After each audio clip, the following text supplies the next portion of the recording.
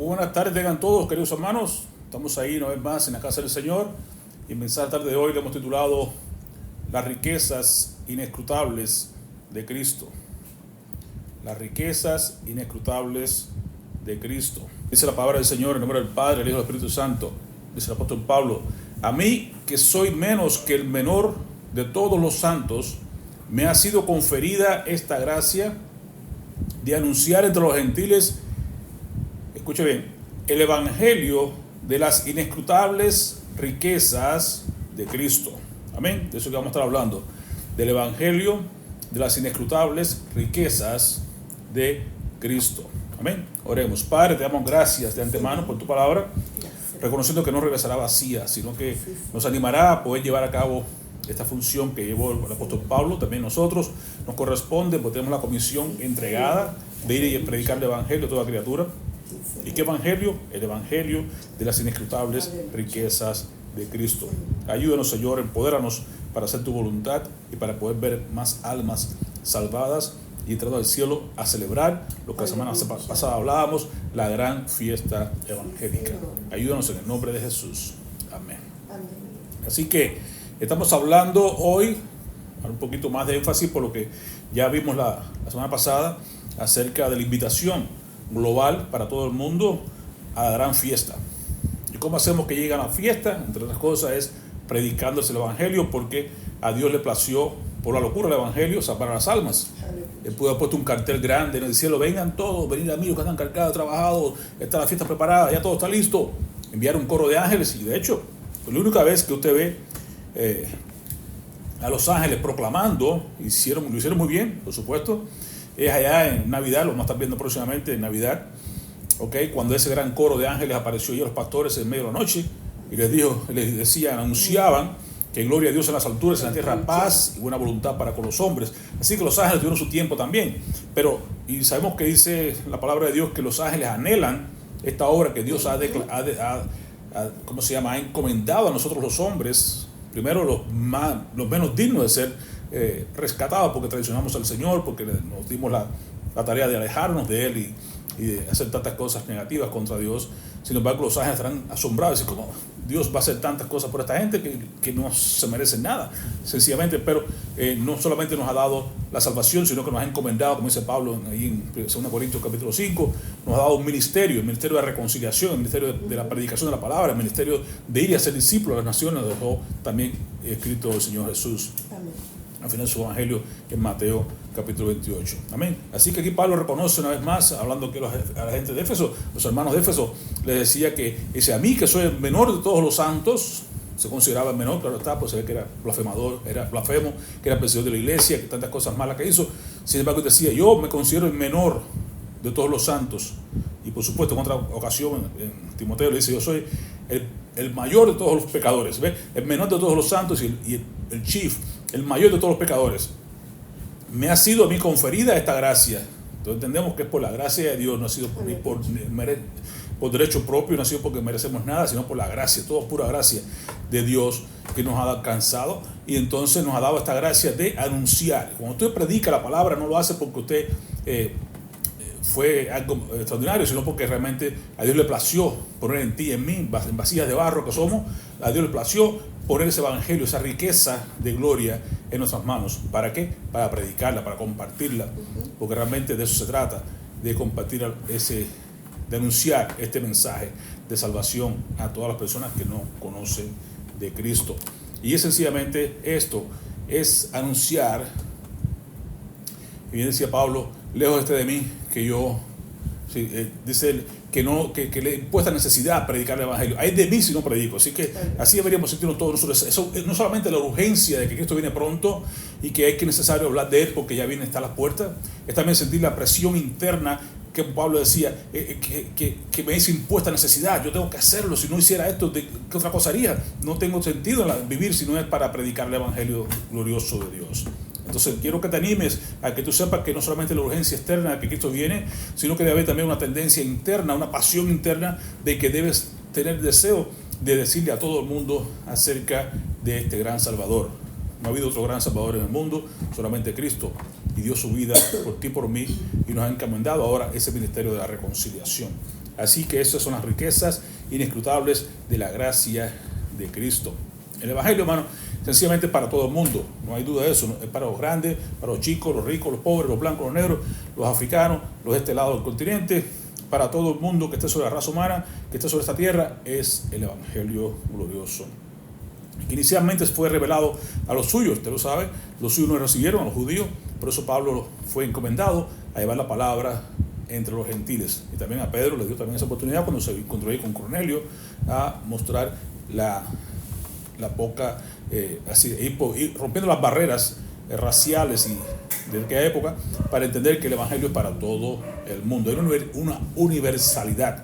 El Evangelio es universal, es para todo el mundo. Así que esto es un mensaje sencillamente que se extendió hacia los gentiles, demostrando que el mensaje de salvación es para todos sin excepción. La labor misionera de Pablo, hermano, el apóstol Pablo llevó el Evangelio, usted lo sabe, fuera de la comunidad judía.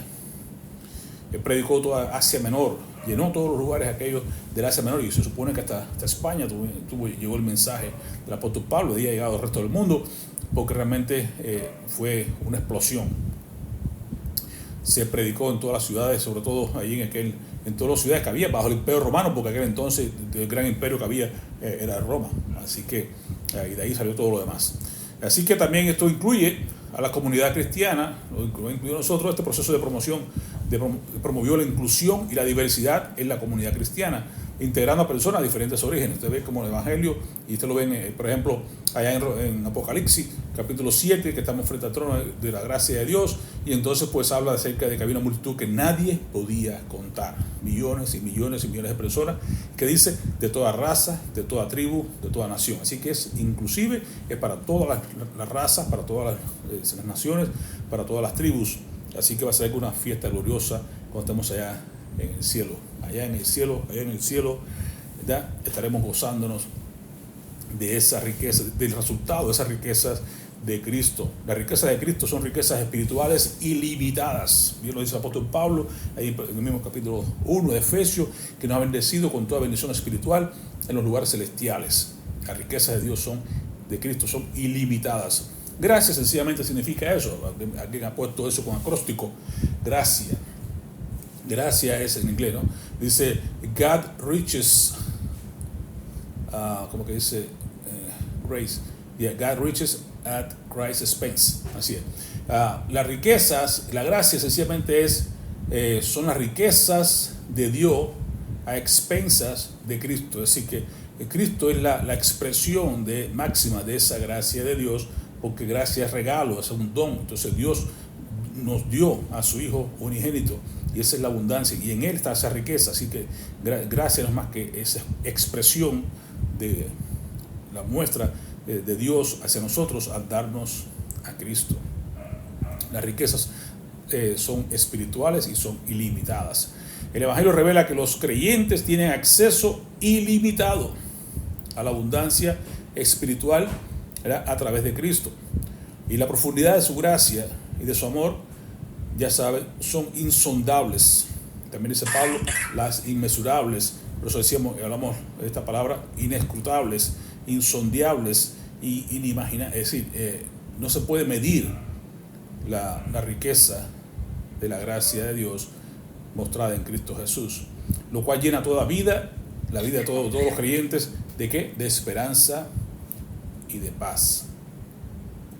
Y todo está mostrado acerca, todo esto se expresa por medio de la grandeza del sacrificio de Cristo en la cruz.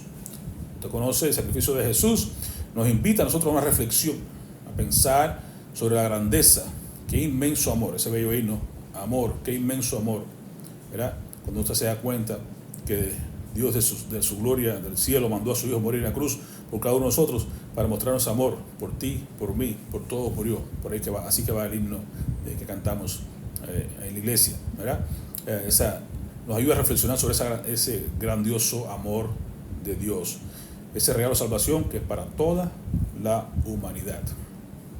Así que lo curioso del caso, hermano, es tener en cuenta que somos nosotros un tesoro de barro. Dice Pablo en Corintios, somos tesoro de barro, somos Usted lo sabe, somos hechos del polvo. Recuerde Génesis 1, Dios nos creó del polvo de la tierra, así que no se crea más que nada, no se crea más que nadie, usted sencillamente es una vasija de barro. Pero la grandeza no está en la vasija, sino en lo que tenemos dentro de la vasija. Una vez que hemos creído en Cristo, Cristo viene a morar en nuestro corazón, en nuestra vida, y entonces ahora somos una vasija, pero ya no una vasija llena de maldad, sino una vasija ahora llena de las riquezas inescrutables de Cristo. Ahí está el valor suyo y el mío, no en lo que somos, lo que alcancemos en este mundo. Nada de lo que tenemos es, bien decía Pablo, yo todo lo que tengo, lo que he recibido y lo que he alcanzado, lo que tengo es por basura, con tal de ganar la excelencia del amor de Cristo. Y así usted debe reconocer, debe ver su vida también de esa manera. No somos más que eso, polvo, una vasija de barro, pero a Dios le plació llenarla ahora con su amor, con su bondad, con su presencia, más que todo. Reconocer en cierta manera que por nuestra característica de ser una vasija de barro, tenemos fragilidad, pero también tenemos valor espiritual. La fragilidad está porque somos humanos, porque somos polvo. Dios se acuerda que somos polvo, dice en el Salmo 113, se acuerda que somos polvo, no hay nada que no va a pelear con nosotros, no va a contender para siempre con nosotros, se acuerda que somos polvo, ¿okay? Somos frágiles. Hoy estamos acá, mañana no estamos, está por un periodo de tiempo, como dice Santiago, la vida es como una neblina, aparece por un poco de tiempo y luego se desvanece, no somos nada. Somos como una gota en el agua, en el océano, somos como, incluso las naciones, que son más grandes que una sola persona, las naciones, dice Isaías, somos como el polvo en una balanza. Es lo que queda así, lo suelto, que está suelto en la balanza, en el plato de la balanza, de la balanza, es sencillamente, así son las naciones para Dios.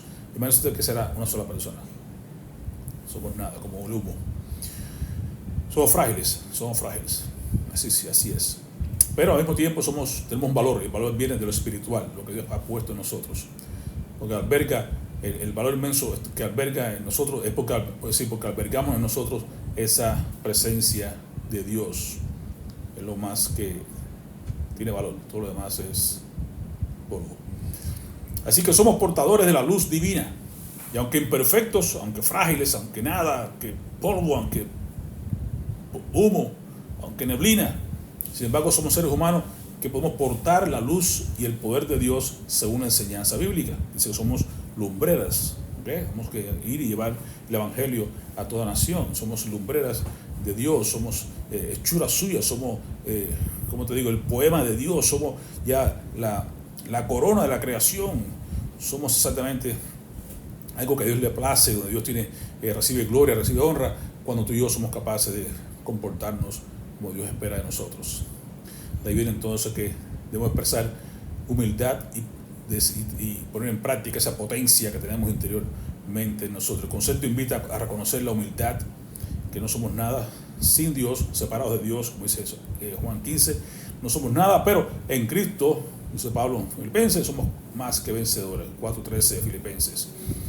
Y valorar entonces el potencial interior que tenemos, que es Cristo en nosotros, en Colosenses, donde dice Pablo que Cristo en nosotros es la esperanza de gloria. Así que el valor tuyo y mío es Cristo en nosotros, su inescrutable gracia en nosotros, su presencia en nosotros, la garantía de entrar al cielo, es la bendición que tú y yo tenemos.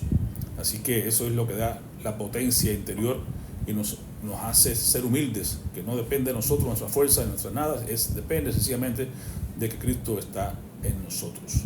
Cristo vive en mí, por eso que podemos nosotros comportarnos como nos comportamos y vivir correctamente y saber que un día estaremos en la presencia de Dios, no por nuestros méritos, sino porque Cristo mora en mí, porque Cristo murió por nosotros, porque Él pagó el precio de nuestros pecados.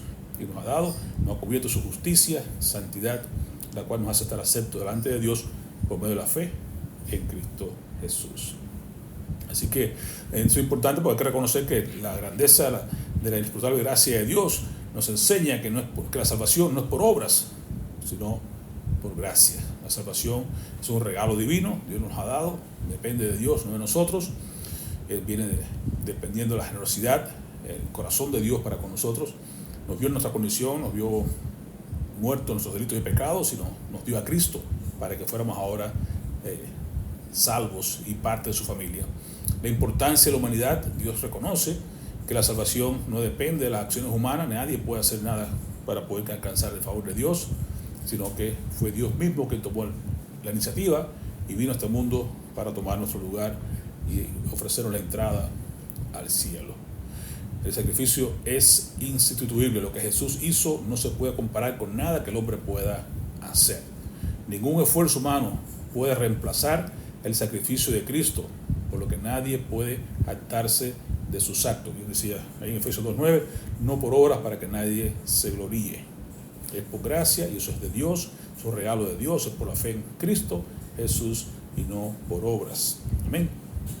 Así que vamos a ver, y lo más importante es saber que ya la obra está hecha, es completa, consumado es. Qué gran frase la que Jesús dijo en la cruz del Calvario, Juan 19:30, consumado es el cumplimiento de la misión, a lo que vino Jesús, a que vino Cristo, a salvar y a buscar lo que se había perdido. El cumplimiento de su misión fue ahí cuando terminó en la cruz y exclamó, Telestai, consumado es. La frase simboliza que el propósito divino ha sido cumplido y entonces ha marcado el final de una misión que es trascendental, que alcanza a todas las naciones, a toda persona, a todo idioma, toda raza, toda tribu, toda nación. Un sacrificio y redención. Jesús fue a la cruz, pero con un propósito específico, y era de redimir a la raza humana, buscar y salvar lo que se había perdido, la relación con Dios, la comunión con Dios. Representa el sacrificio final y redención ofrecida a la humanidad, siendo un punto clave de esperanza en la fe.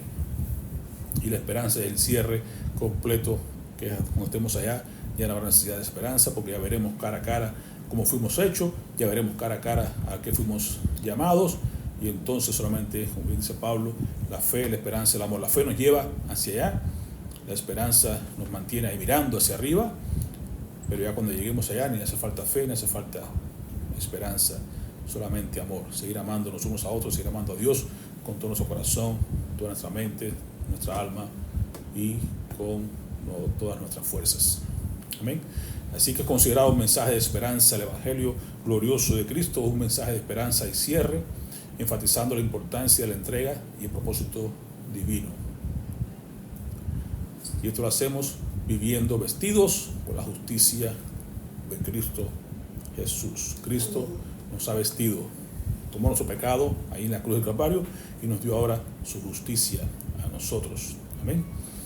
Aceptar su rectitud divina, nos viste de la justicia, es representar, aceptar los valores espirituales y vivir de acuerdo con los principios elevados de su rectitud. Como dice, buscar primeramente el reino de Dios, su justicia, y todas las demás cosas de la por añadidura. Busca el reino de Dios y su justicia. ¿Cuál es su justicia? Esto, vestirnos, estar vestido con la justicia de Cristo, vivir según los valores espirituales, vivir conforme a los principios elevados de la rectitud de Cristo Jesús.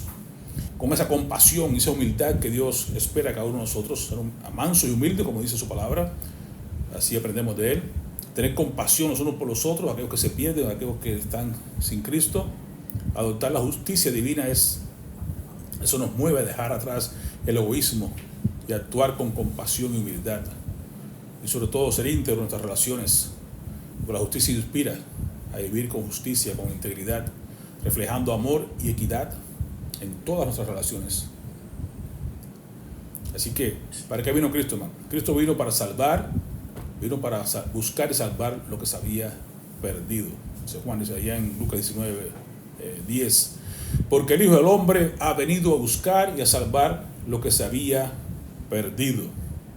Su rescate espiritual, vino a buscar y a rescatar a quienes se encontraban perdidos espiritualmente, que estaban muertos en sus delitos y pecados, y vino a ofrecerles entonces esperanza y salvación. Mostrando su compasión a los marginados, Jesús mostró compasión y amor a los marginados, a los pecadores, a los necesitados, valorando a cada persona en lo particular. Cristo vino a ofrecer redención y perdón. El mensaje principal de Jesús fue la redención y el perdón, redimir, volvernos a comprar y perdonar entonces cada uno de nuestros pecados, invitando a todos a reconciliarse con Dios y a encontrar una vida nueva en Cristo Jesús. De eso se trata el Evangelio, de las riquezas inescrutables de Cristo. Sencillamente, una sola palabra, una sola frase podemos decir, es los perdidos encontrados. Estábamos perdidos, estábamos ciegos, sin embargo, Dios nos alcanzó, nos encontró, Dios nos dio vista, Dios nos reconcilió y ha hecho fiesta, hermano. ha hecho fiesta. La fiesta continúa. No, si no fue solamente la semana pasada, la fiesta continúa. Aleluya. ¿Por qué continúa? Porque vamos a ver esas 3 parábolas aquí en Lucas 15 y hay fiesta. Así que nuestro Dios no es un Dios que a veces la gente lo pinta por ahí como un viejo, qué sé yo, como si fuera un abuelo amargado esperando a dar un cantazo a la gente que se sale de su voluntad. No, no es eso. Nuestro Dios es un Dios alegre, es un Dios que hace fiesta constantemente cuando un pecador se arrepiente. Dice ahí en Sofonías que Él se goza con amor sobre ti, sobre mí. Se deleita en nosotros cuando caminamos como Él espera de cada uno de nosotros. Cuando hacemos las cosas conforme a su voluntad, Dios se goza. Usted se goza como padre. Si usted tiene experiencia de ser padre, ya de tener hijos, usted se da cuenta cuando sus hijos andan. Bien dice el proverbio que el hijo necio es amargura de la madre, pero sin embargo el hijo sabio es alegría para su padre, ¿no es cierto? Así que es importante. Nuestro padre también es un padre amoroso, un padre que se goza en la rectitud, se goza en vernos andar en sus caminos, se goza, como decía Juan, mucho me he gozado de saber que mis hermanos, que muchos de mis hijos andan cambiando la verdad. Son las cosas que da agrado, que nos gusta ver que hemos sido encontrados. Yo digo que Lucas 15, para así globalmente, pues sé que son 3 parábolas bien hermosas y sería de mucho tiempo ir sobre cada una de ellas, pero vamos a las cosas esenciales. En Lucas 15 vamos a tener 3 evidencias acá importantes, y la idea es que ¿qué pasó? Que estaba Jesús allí en el capítulo 15, versículo 1 al 3, encontramos a Jesús con personas a las cuales los fariseos no le gustaba ver a Jesús de esa manera. Vean cómo entonces nuestro Dios, porque Cristo viene a ser el reflejo de Dios. Entonces Cristo viene a mostrarnos su compasión y su capacidad de llegar humildemente y asociarse con gente que no tenía quizás lo que tú y yo llamaríamos hoy personas dignas de tu amistad quizás, pero sin embargo a Cristo no le importó asociarse con personas como estas, y lo vemos aquí en capítulo 15, principio del capítulo 15, y entonces los fariseos pues criticaban a Jesús por esto, ¿no? Decía, dice la palabra del Señor, la parábola van a ilustrar sencillamente la profunda compasión y alegría de Dios cuando alguien que se ha perdido es encontrado y regresa.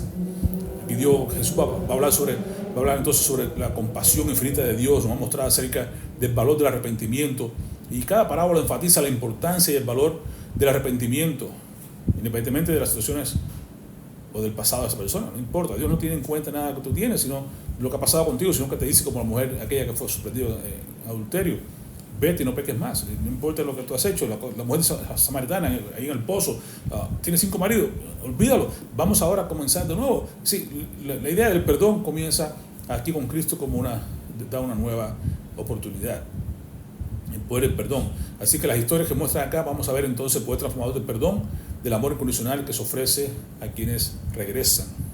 Es importante también aquel que se va, el hijo pródigo, ¿verdad? Así que nada, comienza, la idea aquí es, como les digo, la situación en la cual estaba Jesús enfrentando aquí con esta persona. Dice el versículo 1, los publicanos y pecadores se acercaban a Jesús para escucharle. Entonces había algo interesante en la vida de Jesús.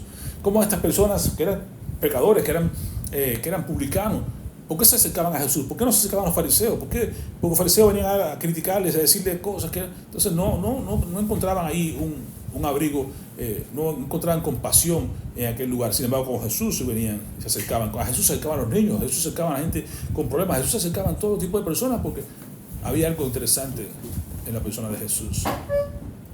Por esto los fariseos y los maestros de la ley lo criticaban entre sí y decían: este hombre da buena acogida a los pecadores y come con ellos. ¿Qué testimonio tan bello? Y te pones a pensar, que digan así de ti, de mí, ¿verdad? Usted se acerca, es decir, las personas se acercan a usted con confianza. La gente viene con usted cuando ven que tiene su problema, porque saben que no va a haber una crítica, no va a haber algo fuerte, sino que va a haber una acogida en la cual te van a encontrar, te van a saber dónde tú estás, te van a ayudar a salir de donde tú estás, a donde Él quiere que estés, pero te va a llevar de la mano, no te va a ir con críticas, sino que te va a ir edificando correctamente con amor y compasión hasta que alcances el verdadero valor que Cristo quiere para tu vida. Así que dice acá, Jesús se encuentra con este asunto y dice luego, y les habla con esta parábola, sabiendo lo que ellos estaban criticando y hablando en su corazón. Le dice: mira, supongamos que uno de ustedes tiene 100 ovejas y pierde una de ellas. ¿Qué haría? ¿No deja las 99 en el campo y va en busca de la oveja que se ha perdido hasta encontrarla? Fíjense, no solamente la va a buscar, sino que dice que hasta que la encuentre. Si ve aquí el valor de la búsqueda. Jesús vino a buscar a pecadores. Los enfermos no tienen necesidad de médico, pero sí, los que están sanos tienen necesidad de enfermos, de médico, pero el que está enfermo sí tiene necesidad de médico. Entonces dice, yo vengo a buscar aquella que me pertenece, aquella que es mía, mi oveja, que se ha extraviado. Ya tengo las otras 99 acá, pero voy buscando la que se perdió, la que se escarrió, y voy a buscarla hasta que la encuentre. Voy a con esa perseverancia hasta que la halle. Y cuando la encuentre, lleno de alegría, vean aquí que Dios se goza, lleno de alegría la carga en los hombros y vuelve a su casa. Y al llegar, ¿qué hace? Reúne a sus amigos y vecinos y les dice, alégrense conmigo, fiesta, ya encontré la oveja que se había perdido. Hay gozo en los cielos, dice la palabra de Dios más adelante, por un pecado que se arrepiente, que por un 99 que no necesita arrepentimiento. Porque el Hijo del Hombre ha venido a buscar y a salvar lo que se había perdido. Alégrese conmigo, porque encontré la oveja que se me había perdido. Entonces, esta gente que están acá, publicanos, esta gente que son pecadores, esta gente que estaban perdidos. Y por eso Jesús pasa tiempo con ellos. Por eso Jesús se acerca a ellos y cuando uno de estos se arrepiente, entonces no los acepta tal como están, pero no los deja así. Le dice, bueno, hay que arrepentirse. Cuando se arrepiente, entonces ya se goza, ya no era, como dijo a Zaqueo en ese mismo capítulo 19. Cuando Zaqueo dice, voy a darle entonces, si he robado a alguien, lo voy a multiplicar 4 veces, voy a devolver de mi riqueza. Dice Jesús, hoy ha llegado la salvación a esta casa. ¿Por qué? Porque vio arrepentimiento del corazón de Zaqueo. Y el arrepentimiento se mostró en las obras que hizo, a repartir, a compartir, a reponer lo que se había robado, a restituir donde había hecho daño. Así que entonces el arrepentimiento lleva a una acción y las acciones se mostraron. Entonces Jesús llevó la salvación. ¿Cómo así? No se habla de salvación en la cena, pero se dio cuenta porque conocía el corazón de Zaqueo, vio el arrepentimiento que había en su corazón, vio las acciones que hizo como muestra de su arrepentimiento. Entonces aquí llegó la salvación. Nos está mostrando cómo es la salvación. Entonces dice, estoy reunido con personas aquí, como dice Pablo, yo me hago de todo para de alguna manera salvar a algunos, a los judíos con los judíos, aquel con otros, se hace de todo para de alguna manera alcanzar a alguien, ¿no?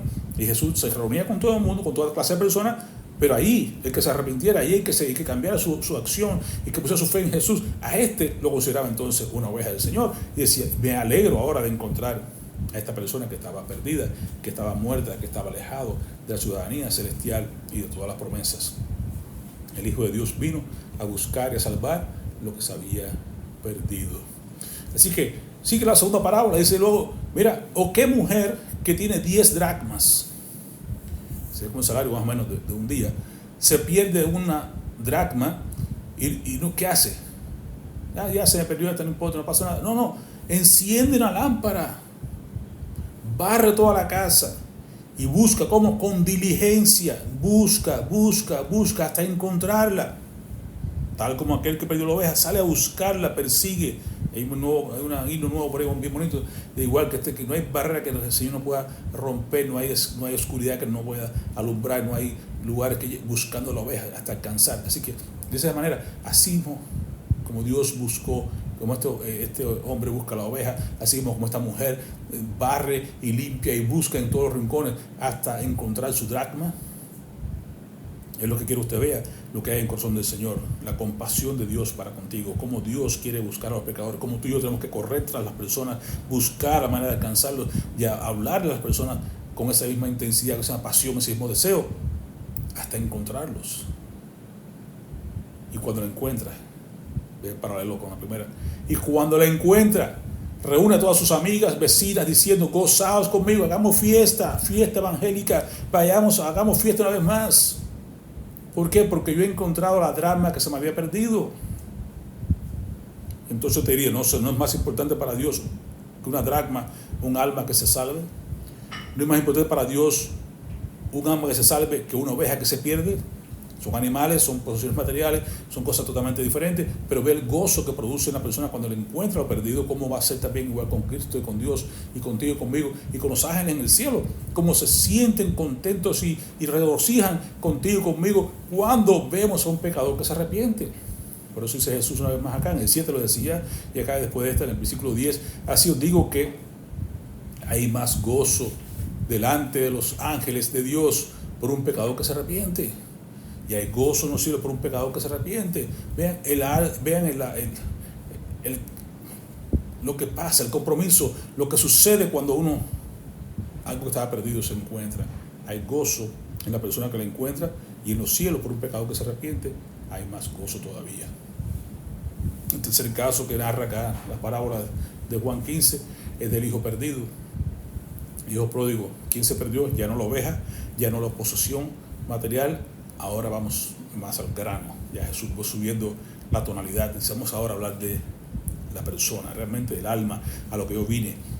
No solamente lo material, no las ovejas, son buenas, son importantes, son interesantes, pero no se compara con el valor de un alma. Vamos al alma, vamos a ver cómo funciona en la vida real esto. ¿A qué vine yo? A buscar esa palabra que se ha perdido. Dice, mira, había un hombre que tenía 2 hijos. Continúa Jesús. El menor de ellos le dijo a su padre, papá, dame lo que me toca de la herencia. Te reconoce, usted sabe, la herencia había que esperar a que muriera el padre. Él no quería esperar a que se muriera el padre. Él no quería ya lo suyo ya, ahora, como generaciones de hoy en día. Lo quiero ahora, lo quiero ya, no quiero esperar. Ni siquiera el mayor, que sería el que tendría derecho a alcanzar y recibiría una doble porción y todo lo demás. No, este es el menor, dice bien, el menor, el que menos derecho tenía, exige ahora su parte de la herencia.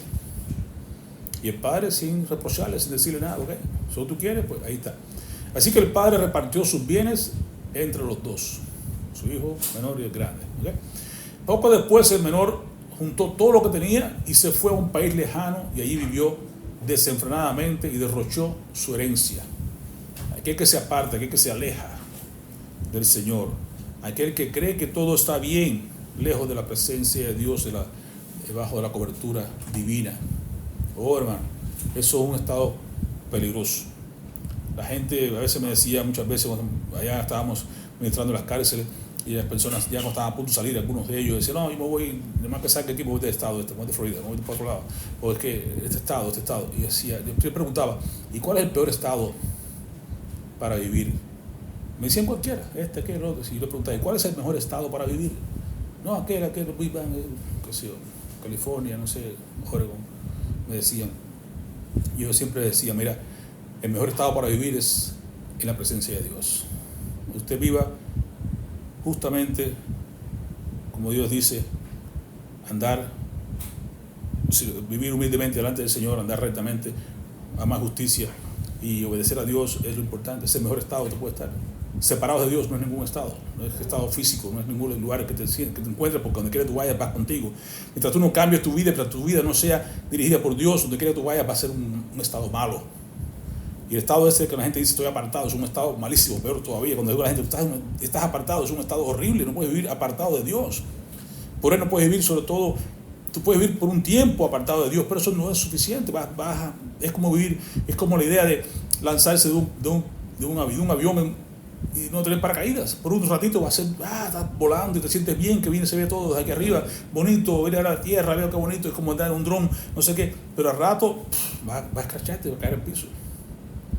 Papalote igual, decimos, nosotros hablamos, ¿no? El papalote tú lo empinas, el papalote dice, yo no quiero vivir aquí pegado a esta soga, suéltame esta cuerda, y pum, se suelta la cuerda y por un rato, vuela y vuela, qué bien, me siento libre, no tengo soga que me atraiga, ¿no?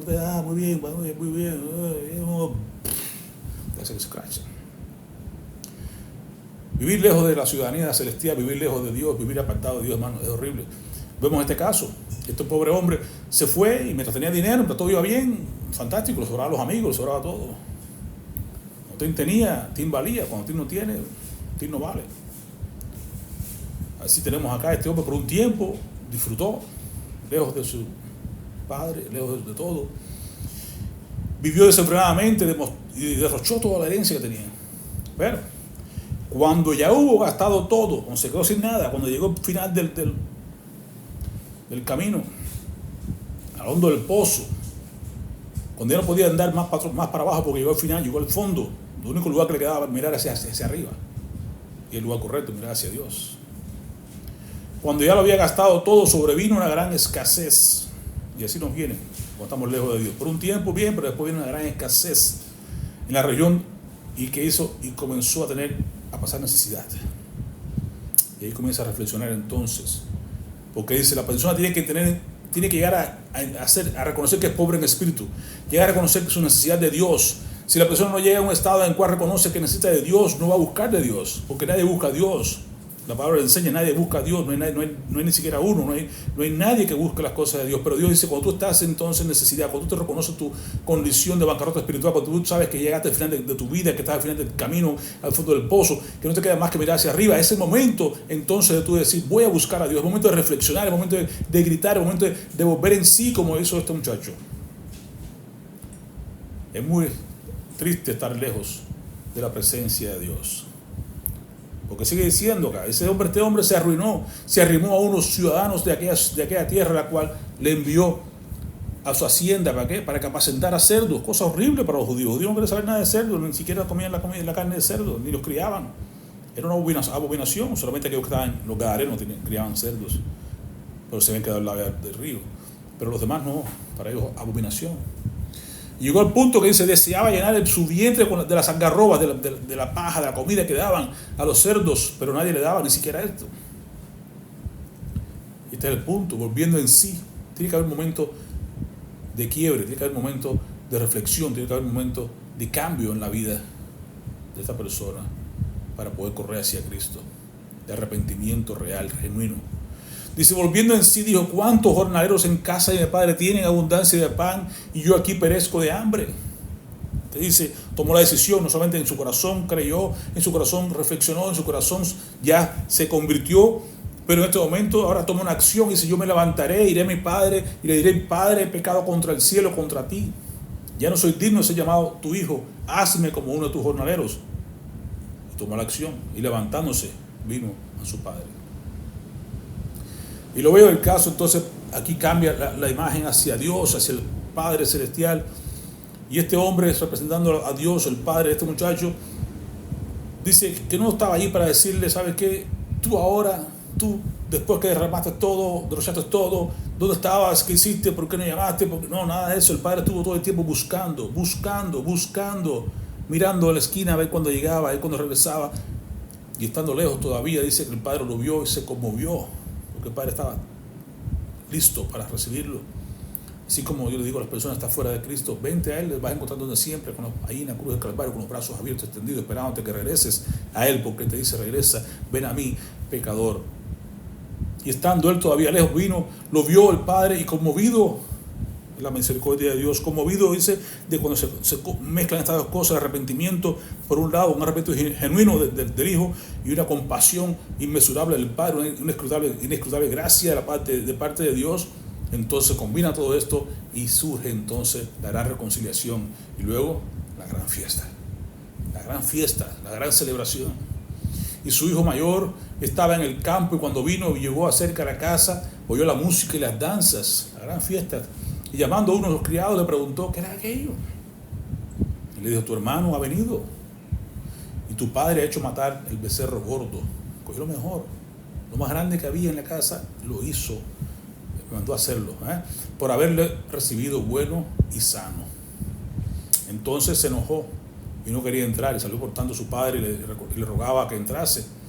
Mas él respondiendo dijo al padre, he aquí tantos años te sirvo y no habiéndote desobedecido jamás, y nunca me has dado ni un cabrito para gozarme con mis amigos. Pero cuando vino tu hijo, ni siquiera mi hermano, tu hijo, y que ha consumido tus bienes con rameras, has hecho matar el becerro gordo. Ha hecho matar para él el becerro gordo. El becerro gordo era, como digo, es para las pasiones grandes, para las cosas importantes de la familia. Y este hombre se estaba criticando la bondad y la misericordia del Padre para con su hermano. Lo cual estaba haciendo referencia a Jesús, a los fariseos, a los maestros de la ley. Ustedes critican a estos que están acá porque son personas publicanos, pecadores y todo lo demás. Ustedes son como esas personas que están aquí pero no están bien con Dios. Ven a Dios como un dueño, como alguien que está, como un jefe, pero no tienen a Dios como una relación personal y de amor. Por eso que son así, que critican a los demás y dicen, este tu hermano, tu hijo, que se fue, que es pecador, que derrochó todo, viene a criticarlo en lugar de, ¿sabes qué? Qué bueno que regresó, bueno y sano. Qué bueno que está con nosotros una vez más. Qué bueno que podemos celebrar juntos. No, cerramos la puerta y el orgullo, el egoísmo nos hace sentirnos mejores que los demás Y entonces criticamos aún las buenas acciones de nuestro Dios para con aquellos que necesitan de la mano del Señor. El Padre fue claro: hijo, tú siempre estás conmigo. ¿Cuál es el problema? Estás conmigo, eres parte de la iglesia, eres parte de nosotros, estás aquí, eres parte del pueblo de Dios, tú estás conmigo y todo lo que tengo es tuyo, eres heredero de todo lo que yo tengo. Pero convenía celebrar, hacía falta, necesitamos celebrar una fiesta y alegrarnos porque este hermano tuyo, recuerda, este es tu hermano, estaba muerto, esa es su condición, pero ha vuelto a la vida. Vean la conversión. Estaba perdido y ahora ha sido hallado.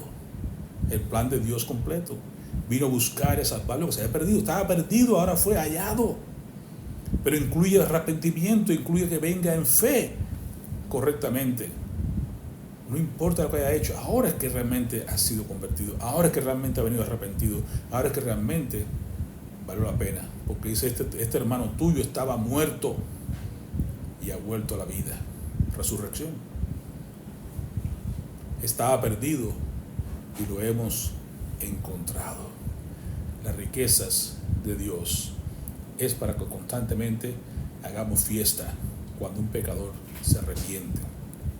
Hagamos fiesta para la gloria de Dios. Tiene que haber un rescate espiritual, hermano. Jesús vino a buscar y a rescatar a quienes se encontraban perdidos espiritualmente. Vino a ofrecer salvación, vino a ofrecer esperanza, a mostrar compasión a los marginados y a traer redención y perdón como el hijo pródigo. Os digo, Lucas 15:7, que habrá más gozo en el cielo por un pecador que se arrepiente que por 99 justos que no necesitan arrepentimiento. Porque el Hijo del Hombre ha venido a buscar y a salvar lo que se había perdido. Nosotros, hermanos, hemos sido alcanzados por la inescrutable gracia de Dios. ¿Para qué? Para hacernos nosotros ministros de su inescrutable riquezas de Cristo, para alcanzar al mundo perdido, para llevarles el mismo mensaje de salvación que nos alcanzó a nosotros, para ir y compartir con otros las grandezas de las riquezas de Cristo. Aquel que vino a estar dispuesto a alcanzar a los marginados, a dar perdón a los que estaban enredados en las cosas de este mundo, a reconciliarlos con Cristo, con Dios, por medio de la fe en Cristo, y a gozarse con ellos en la boda del Cordero. Hagamos fiesta, pero hagamos la obra primero. Busquemos los que están alejados, llamemos a los que están fuera y lejos, para que puedan alcanzar entonces las riquezas, puedan descubrir las riquezas. Mire, dice Pablo en su carta de Efesios, dice Efesios 1:18, él ora y dice lo siguiente: Padre, para que les sean abiertos sus ojos espirituales, para que puedan comprender cuál es la grandeza de las riquezas inescrutables de Cristo. A eso vamos, abrir los ojos a los que andan por ahí ciegos, que aunque anden con los ojos abiertos, aparentemente sus ojos espirituales están ciegos. Necesitan del colirio de Cristo, aquel colirio que ofrece allá en Apocalipsis, en la iglesia de la Odisea. Usemos el colirio de Cristo, la vestimenta de Cristo, todo lo que nos ofrece allí, para que seamos realmente lo que Dios quiere que seamos, para su gloria y para su honra. Que Dios nos ayude a proclamar el Evangelio y vivir a la altura de esos ministros de Él, los que mostramos y hablamos y proclamamos las inescrutables riquezas de Cristo. A Él sea la gloria por los siglos de los siglos. Amén. Oremos. Padre, te damos gracias por tu palabra, te damos gracias, oh Dios, porque tú estás acá, porque tú nos has animado a buscar de ti, nos has llamado, Señor, para ser tus ministros, compartir las grandezas de las inescrutables gracias de Cristo con aquellas personas que necesitan escucharlas, Señor. Te rogamos, Padre, que nos ayudes a compartirla y orar por aquellos que están perdidos, por aquellos que están alejados, por aquellos que están fuera, y cuando se arrepientan con corazones sinceros y reales, podamos nosotros celebrar juntos acá, sabiendo que también en los cielos hay celebración y que un día estaremos juntos en la presencia de Dios para gozarnos por siempre y jamás. Ayúdanos, oh Dios, a hacer tu obra, a la cual tú nos has encomendado, nos has llamado, nos has equipado para hacer tu voluntad. Recibe la gloria y la honra en el nombre que sobre todo nombre, en el nombre de Jesús.